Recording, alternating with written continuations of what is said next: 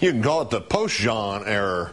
As we told you yesterday, Carrie Prejean, the runner-up for Miss USA and proponent of opposite marriage, became opposite employed when her Miss California title was revoked. Our number one story, the bickering from both sides continues. A new California queen is kind of making sense. Michael Musto is here. He's agreed to be monitored with this bell for bad taste. Comparatively. For her part, Prejean claims she was canned because of her anti-gay marriage beliefs. She's also now claiming that living up to her contract was hard, telling TMZ.com that the pageant asked her to pose in Playboy and appear on the NBC reality show I'm a Celebrity, Get Me Out of Here, and that, quote, from day one, the pageant wanted me out and they got what they wanted.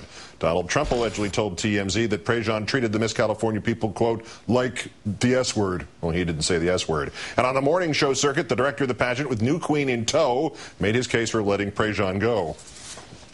There were tens and tens and tens of appearances that she was not available for.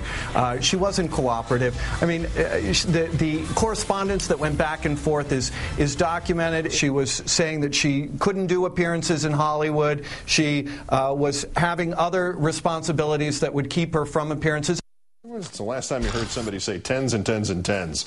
The pageant also says Prejean insisted that every offer that came down the pike should be presented to her before she turned it down or accepted it, which might explain the reality show and the Playboy thing. Joining us now, Michael Musto, Village Voice columnist, also the author of La Dolce Musto.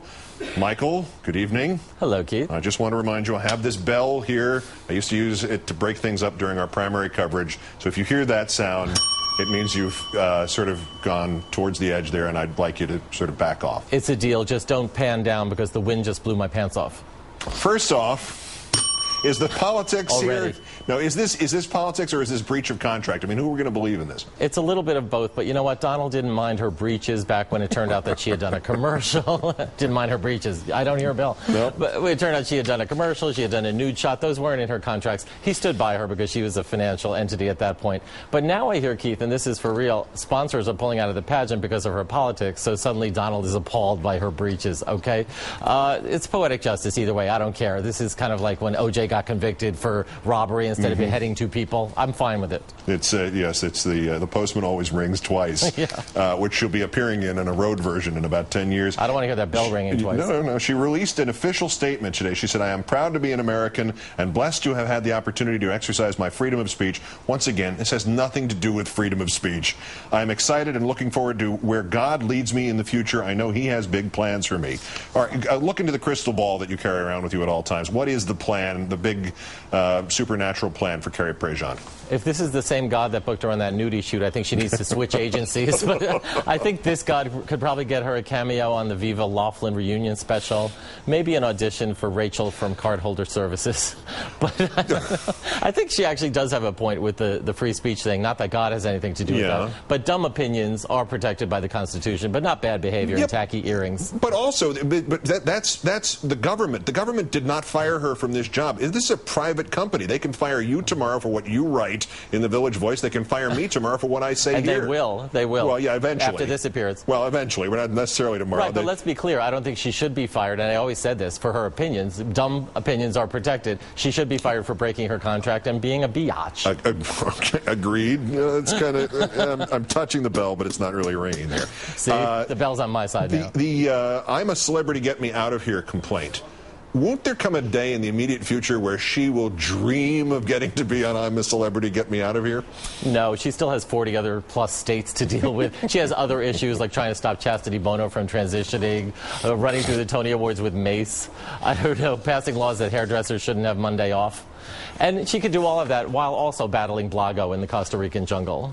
Tammy Farrell is the new Miss California, and she said about each state should decide on gay marriage. And it's silly with all this controversy right now that the world is looking to beauty pageants for the answers. Is that the smartest thing we've seen so far? I agree. It is very silly. We shouldn't ask them anything except what's in a cheese sandwich or who's on first. But as long as we have this system, you're pretty dumb to answer the second gayest man in the world outside of Richard Simmons that you don't like gay marriage. You're going to lose, honey. I say let's abolish the whole question thing. Let's abolish the whole pageant thing, Keith. We're so beyond these kind of bigotry spouting women trying to cure cancer in bikinis. And last point, Ms. Prejean said yesterday Donald Trump was the only one who liked her, and maybe he was looking out for her best interests by firing her. Could you translate that into some language that is spoken on Earth? Again, let me defend her uncharacteristically enough. I think if he does like her, he'll free her from all the ribbon cutting and pet store openings and say, go off and do a reality show. That's better off than being Miss California. By the way, I'm being very nice tonight because Bill O'Reilly said I engage in hate speech, and I don't want to offend his delicate sensibilities. I'm sure he has a bell, too. That's very Pavlovian. I'm looking for food trough. It's like feeding time at the zoo here. You have no idea of the meaning of that last bell. The one and only Michael Musto, as always. Great thanks, Michael. Thank you. That's Countdown for this, the 233rd day since the previous president declared mission accomplished in Iraq. I'm Keith Olbermann. Good night and good luck.